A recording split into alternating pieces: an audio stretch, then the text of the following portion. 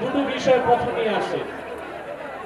একদিকে বিতর্কিত নারী সংস্কার কমিশন করে আমাদের অনুভূতিতে আঘাত দেওয়া হচ্ছে, আরেকদিকে মানবিক করিডোরের সিদ্ধান্ত নিয়ে স্বাধীনতার উপর আঘাত দেওয়া হচ্ছে।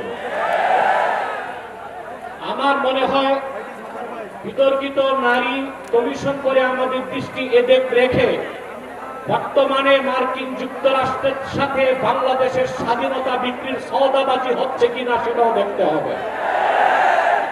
হেফাজতে ইসলাম বাংলাদেশ শুধু দাবি করবে না, সকল মাসলাকের মানুষের পূর্ণ সমর্থন হেফাজতের প্রতি আছে, কারণ হেফাজত হচ্ছে বাংলাদেশে সর্ববৃহৎ ইসলামী অরাজনৈতিক সংগঠন।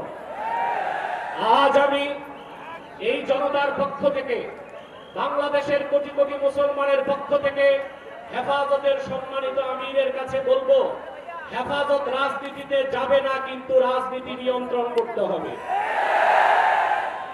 53 বছরের ইতিহাস আমাদের কলঙ্কিত।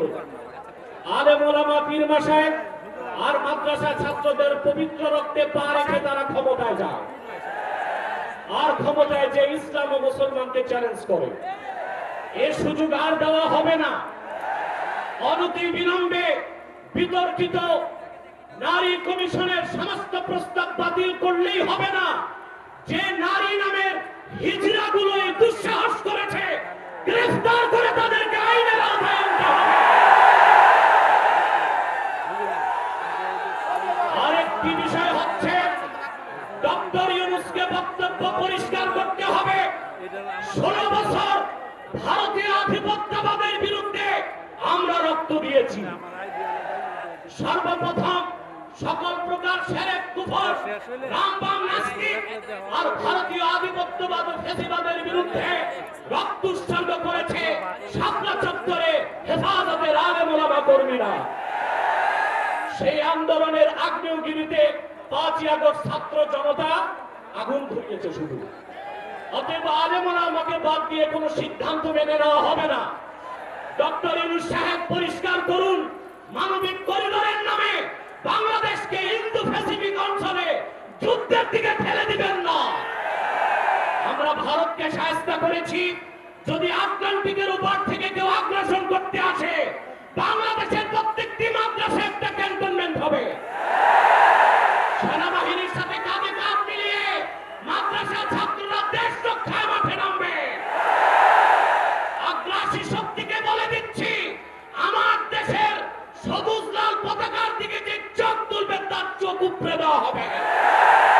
আমার বাংলার কোন 1 ইঞ্চি মাটিতে আগ্রাসনের থাবা বসালে সেই কালো হাত ভেঙে দেওয়া হবে। বিদায় লগ্নে আরো 3টি দাবি আমাদের পক্ষ থেকে। ব্লাসফেমি আইন করতে হবে, freedom of expression, freedom of speech. বাক স্বাধীনতার নামে ইসলাম বিরোধিতা যেই করবে তাকে আইনের আওতায় আনতে হবে।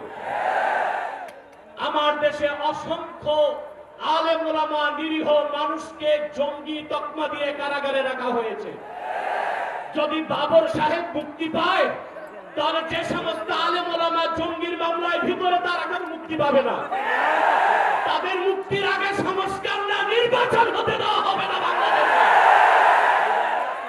আমার 7ম দাবি, হেফাজতের পক্ষেই বাংলাদেশের সমস্ত মাসলাককে এক প্ল্যাটফর্মে আনা সম্ভব একটি দাবি আদায়ের লক্ষ্যে। সেটা হচ্ছে বাংলাদেশে কাদিয়ানীদেরকে অবশ্যই অমুসলিম ঘোষণা করতে হবে। হেফাজত যদি ডাক দেয়, তাহরিকে খাতমে নবুয়্বত সারা বাংলাদেশের মাসলাক আসবে। আমরা কাদিয়ানীদেরকে অমুসলিম ঘোষণার দাবি আদায়ে যদি জান ও মাল দিতে হয়, কারা কারা প্রস্তুত আছি? আলহামদুলিল্লাহি রাব্বিল আলামিন। ওয়াসসালামু আলাইকুম ওয়া রাহমাতুল্লাহি তাআলা ওয়া বারাকাতুহু।